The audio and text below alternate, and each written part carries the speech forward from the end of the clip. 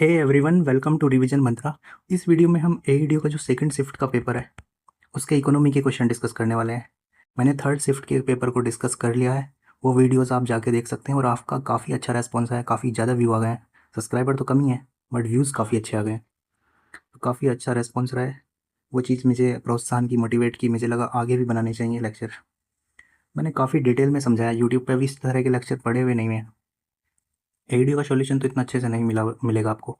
और ये इकोनॉमी के क्वेश्चन जो है ना, करंट अफेयर से लिंक करने की ज़रूरत होती है इन्हें। तो मैंने यहाँ से करंट अफेयर वगैरह सब उठा के सारे वीडियो इसमें ही डाल दिए हैं, सारी चीज़ें, सारे करंट अफेयर की चीज़ें भी कवर हो जाएंगी। और चलो स्टार्ट करते हैं, आपको पता ही चलेगा फिर कैसा ये वीडियो है। और ये वीडियो लास्ट तक देखना ज़रूर, और चैनल को सब्सक्राइब करना ना भूलें, क्योंकि और ये वीडियो सेव करके रख लेंगे ना आप अपने पास, तो रिवीजन कर सकते हैं।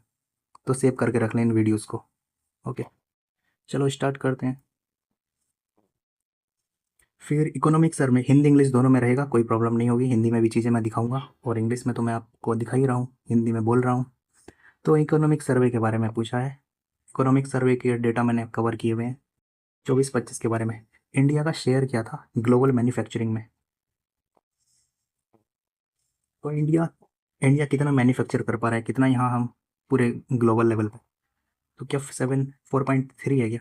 ये नहीं है, इतना भी कम नहीं है, इतना भी नहीं है, तो ये है 2.8।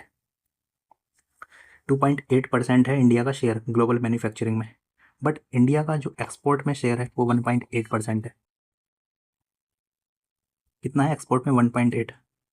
तो ग्लोबल मैन्युफैक्चरिंग में सबसे ज़्यादा शेयर कौन से कंट्री का है? 8.8% है चाइना का। अभी लेटेस्ट डेटा है ये, 28% के करीब। सेकंड पे है यूएसए का ग्लोबल मैन्युफैक्चरिंग में, फिर है जापान का, फिर है जर्मनी का। इंडिया है 5th रैंक पे, 5वीं रैंक है इंडिया की, ये भी आपको याद रख लेना है। फिर आगे आते हैं। हाँ, टेक्सटाइल इंडस्ट्री, जूट इंडस्ट्री, ये सारे पोर्शन तो पूछे ही जाते हैं बीपीएससी में।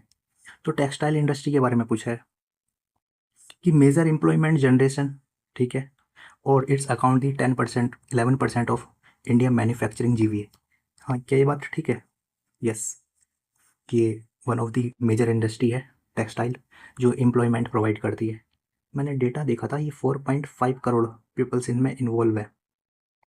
ठीक है, 4.5 करोड़ पीपल्स इसमें इन्वॉल्व है टेक्सटाइल इंडस्ट्री में, जो कि 10 करोड़ लोगों को बेनिफिट करती है, फैमिली को, टोटल इनडायरेक्टली रूप से देखा जाए तो 11% मैन्युफैक्चरिंग जो है इंडिया का जीवी है, बिल्कुल ठीक है।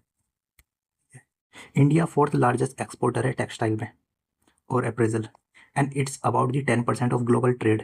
ऐसे कैसे हो सकता है? मैंने आपको बताया ना इंडिया का काफ़ी कम शेयर है। तो ये है 4 पॉइंट, ये लगभग 3.95 के करीब है। कितना है? 3.9%। ठीक है, 4% के करीब मान सकते हैं आप। तो 10% तो बहुत ज़्यादा डेटा दिया हुआ है, क्योंकि एग्जामिनर अगर डेटा वाले ही पोर्शन गलत बताते हैं ना, ये अगर इनको रॉन्ग रॉन्ग ऑप्शन बनाना है तो कहाँ बनाएंगे ये? या फिर यहाँ बनाएंगे, 11% की जगह कर देते कुछ 20%। यहाँ इन्होंने काफ़ी एक्सट्रीम दे गई है, 4% ही है ना, और 10% इन्होंने लिख दिया। ठीक है, सबसे ज़्यादा शेयर तो उसका है ना, चाइना का एक्सपोर्ट में। फिर बांग्लादेश सेकंड नंबर पे है टेक्सटाइल के एक्सपोर्ट में, फिर वियतनाम है, फिर इंडिया की रैंक आती है। और कभी 5 नंबर, कभी 4 नंबर, ऐसे ही रहता है इंडिया का रैंक। फिर हाँ, ये अच्छा है, टेक्निकल टेक्सटाइल इंडिया की 5th रैंक है। रैपिडली ग्रो कर रहा है टेक्निकल टेक्सटाइल। और इंडिया की, जैसे पीपीई किट, वो काफ़ी चीज़ें बनाते हैं ना, जब कोविड आया था तो टेक्निकल टेक्सटाइल का काफ़ी अच्छे से यूज़ हुआ था। फिर ये रैंक हमेशा पूछी जाती है। मैंने एक थीम का भी तो वीडियो बनाया था इकोनॉमी की, 50+ टॉपिक को मैंने आइडेंटिफाई किया था इकोनॉमी की, कहाँ कहाँ से क्वेश्चन बनते हैं। तो उसमें मैंने आपको बताया था इंडेक्स वाले बनते हैं। ये इनोवेशन इंडेक्स है, ग्लोबल इनोवेशन इंडेक्स। 2025 में क्या रैंक थी? 38 रैंक है। क्या रैंक है? 38। ठीक है, और लास्ट ईयर क्या था 24 में? इसका 42 रैंक थी। क्या था? 42। और 2020 में इसकी रैंक थी 40। तो इम्प्रूव हुई है रैंक अपनी, इनोवेशन। और एक चीज़ और, जो इंडिया है ना, मिडिल इनकम कंट्री है। जैसे कि चाइना जो है मिडिल इनकम कंट्री है, India lower middle income country है। तो इंडिया ना फर्स्ट रैंक है इनोवेशन में, लोअर मिडिल मिडिल कंट्री में। फिर आगे आते हैं विकसित भारत के बारे में। विकसित भारत सेल्फ रिलायंस होना है, एम्प्लॉयमेंट जनरेशन, फूड सिक्योरिटी, बिल्कुल ठीक है, स्टेटमेंट बिल्कुल करेक्ट है, विकसित भारत का यही फोकस है।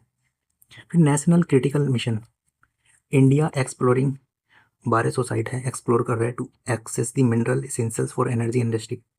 नेशनल क्रिटिकल मिशन कब आया था? पहले तो ये 2025 में आया है। इन्होंने 1200 साइट को एक्सप्लोर किया जाएगा और मैन्युफैक्चरिंग के लिए। आपको पता है ना क्रिटिकल मिनरल्स कितने ज़्यादा ज़रूरी हैं, डिफेंस में इसका रोल है, एनर्जी सिक्योरिटी में, और सस्टेनेबल डेवलपमेंट वाले जो टेक्नोलॉजी जो है मेनली क्रिटिकल मिनरल्स पे बेस्ड हैं।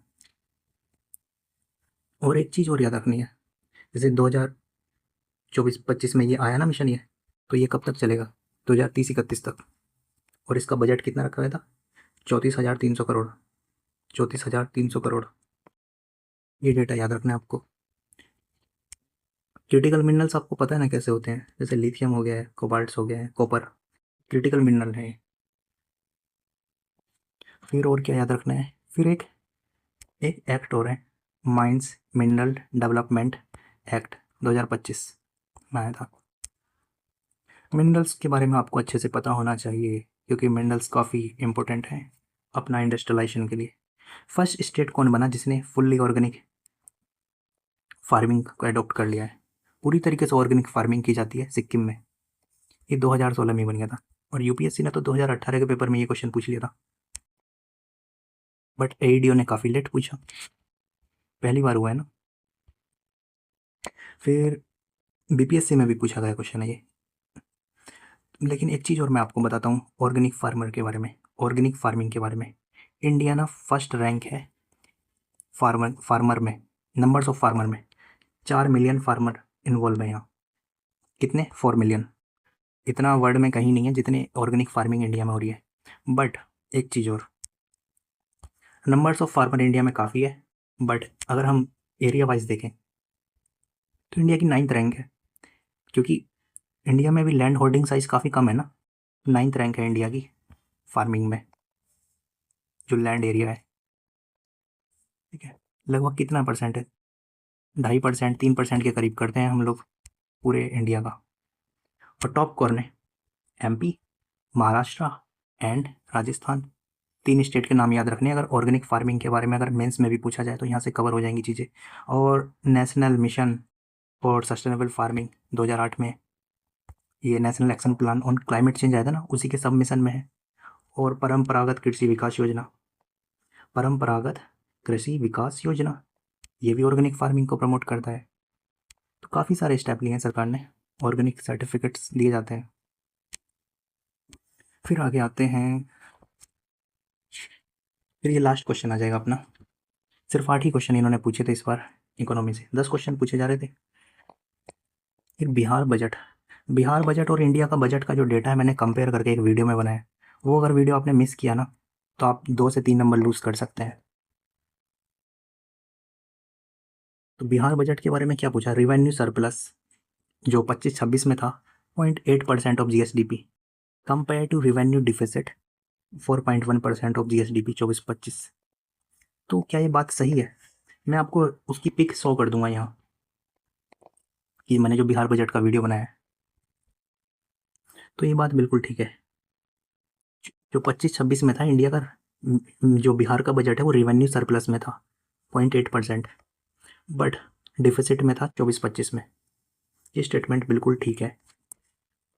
ठीक है, फिर आ गए थे फिजिकल डिफिसिट, जो 25-26 का जो टारगेट है 3% है, बिल्कुल ठीक बात थी ये। और एक्सपेक्टेड टू 9.2% ऑफ जीएसडीपी, मतलब इतना तो टारगेट बनाती है सरकार, लेकिन फिर खर्चा बहुत ज़्यादा हो जाता है।